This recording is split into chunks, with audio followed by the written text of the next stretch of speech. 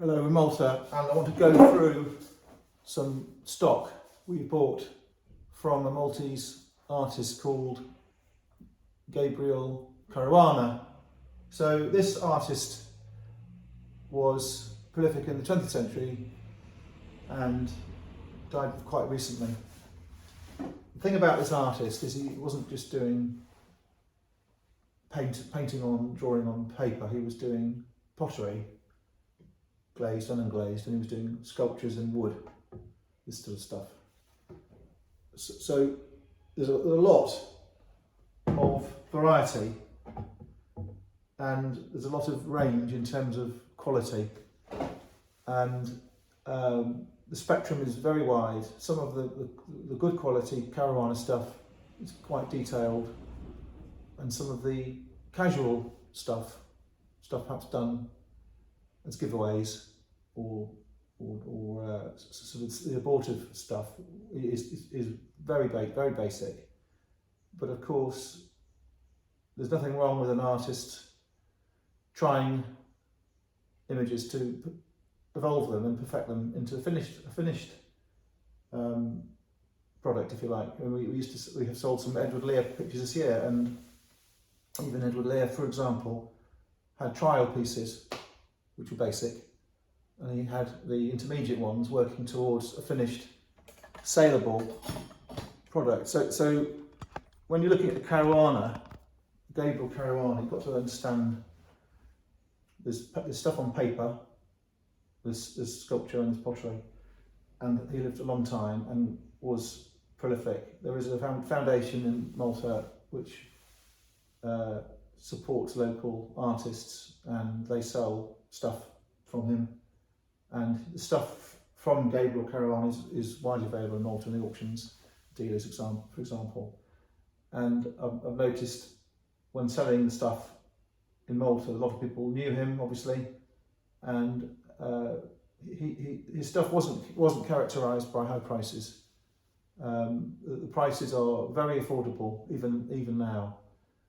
And it's only really in the next 10 or 20 years that the factory's died and that the market will settle, and there won't be so many people around who used to know him left, and then we'll see the stuff for what it really is. I never met him, obviously, and I didn't know him at all, so I'm looking at it without the personal knowledge of what he was doing.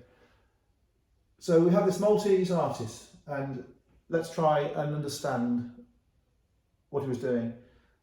If I look at a Swedish auction website, or a French or Spanish or an English or American website, they're selling pictures, for example, there is always somebody filling the gap which Caruana fills in Malta. For example, in Spain, there's Joan Miro, who was a male, and he was doing stuff rather like this, not the same, but rather like it.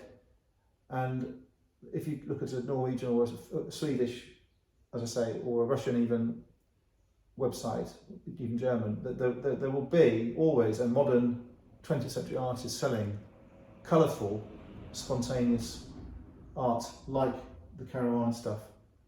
So this Gabriel Caruana wasn't unique to Malta in terms of what's happening elsewhere. There are similar artists doing this sort of colourful stuff, crazy stuff, adventurous stuff in other places. But this artist likes round shapes, doesn't like straight lines, just as a simplistic comment. So we'll go through some of these things so you can see what I've been doing. This piece of wood is a plank of wood, and he has got someone, or got himself, to cut out the background behind these figures, and these are not uncommon Caruana devices. The thing about this piece of wood is it's colourful and it's large and it's decoratively useful, and I'm sure that someone will buy that quite soon.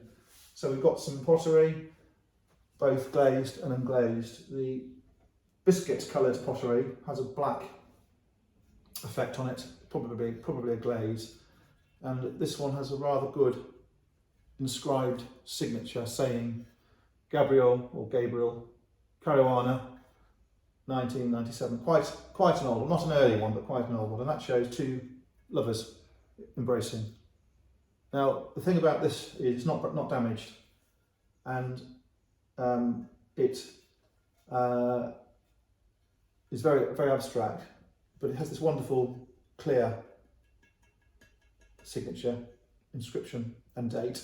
It has pre-made holes for hanging, which are very important, and I think that is a rather lovely thing.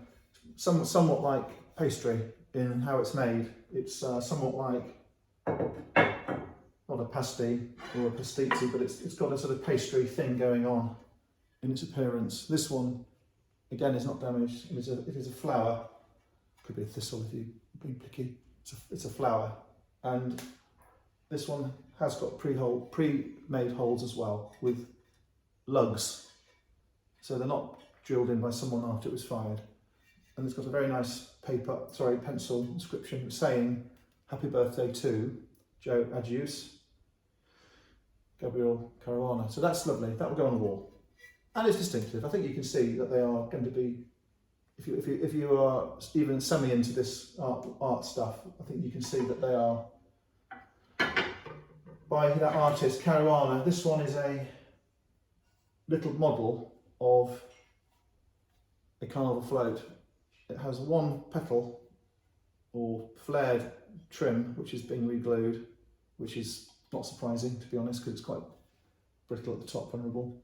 Lovely signature, Gabriel Caruana. No date on that one. I think it's gorgeous. It's got a lovely taupe, bluey green, turquoisey glaze, hollow, simple, very nice, lovely thing. This one here is abstract. I don't know what it is. These look like flowers or jellyfish. I don't know what it is. The oval colour looks rather like tortoiseshell. So I don't know what it is. I don't know what it's trying to do. But it's large, and that one is not signed or dated, but it has the GC. And you'll note when you're looking at Gabriel Caruana stuff, there is a problem with plinths. Should this have a plinth or not? I don't think so, but people want things on plinths because it makes them look better. I've seen these things put on bricks and bits of Maltese stone and concrete and on pins, on all sorts of different things. So the mounting of these Gabriel Caruanas is generally unsatisfactory if you start to look at them, but it's okay. It's reasonable. That's large, nice colours, tortoiseshell looking type thing, but it's initialed, so it's not a lookalike.